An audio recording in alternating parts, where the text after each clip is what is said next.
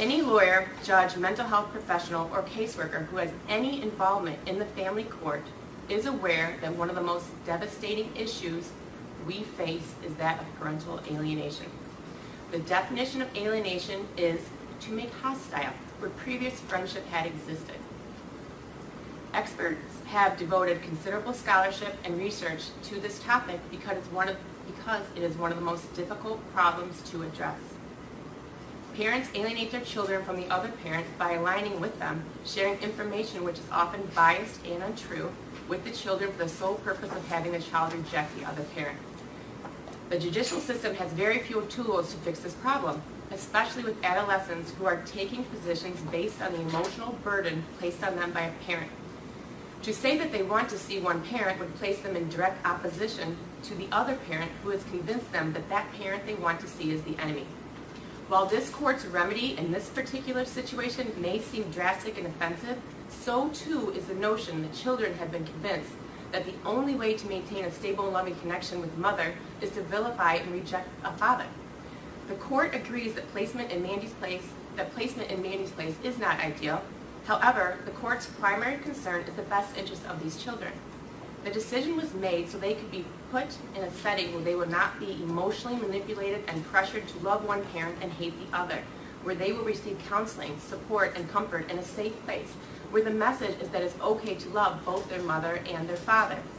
It was also a remedy the court took after 5 years of litigation and orders designed to foster a relationship with both parents.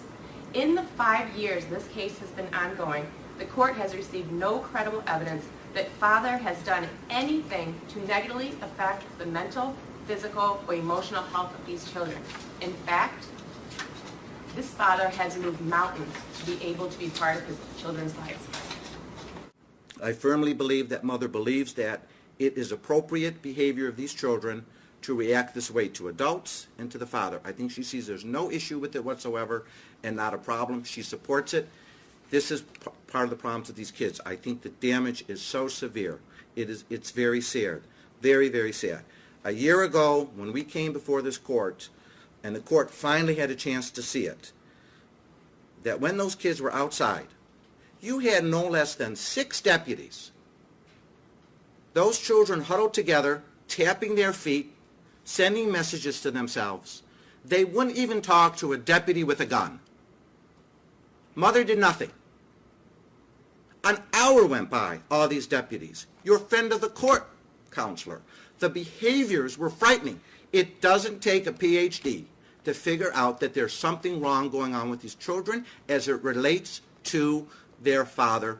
But how children talk to you, talk to the family counselor, forget me, talk to sheriffs, unbelievable.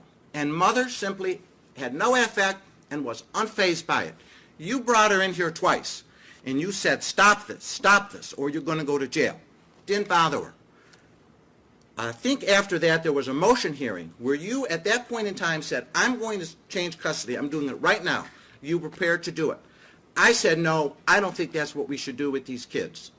Maybe that was a mistake on my part, but I didn't think that was the right thing at that time. To your credit, you tried to fashion a remedy to try to help these children. You can debate whether it's legal, not legal, whether you can do it or not, fine. But what strikes me, Judge, is that there is nothing in mother's pleading to this court that would have said the following. I disagree with what the court did. I believe legally it was wrong, whatever. Having said that, I do not think that the children's behaviors are appropriate to adults, to their father, or anyone else. Let's try to work this out. I don't see that anywhere.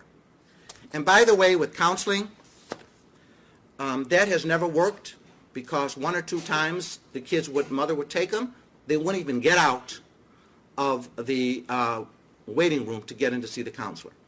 Mother argues to the court at one of these hearings that, oh, these kids are traumatized by their dad. They did this and then that. And then on the same breath they say, but we don't want counseling. We don't want to address it. My concern is how are we going to try to foster a normal, healthy relationship as they grow older for adults? I agree. We're not going to be able to force these children, Judge, to talk, move their mouth, love their father, not love their father. They have thoughts. I understand that. I do not believe they belong in the children's village. The children shouldn't be in the children's village. So one particular plan here today, okay, has to involve taking them out of the village, but it does not involve the mother. They cannot go back to this mother. And as a matter of fact, Judge, I do think that the one time that the child was in father's apartment, we had a hearing about that, when you had a trained, I think he's an ex-police officer, that mother found 2 years ago for supervision.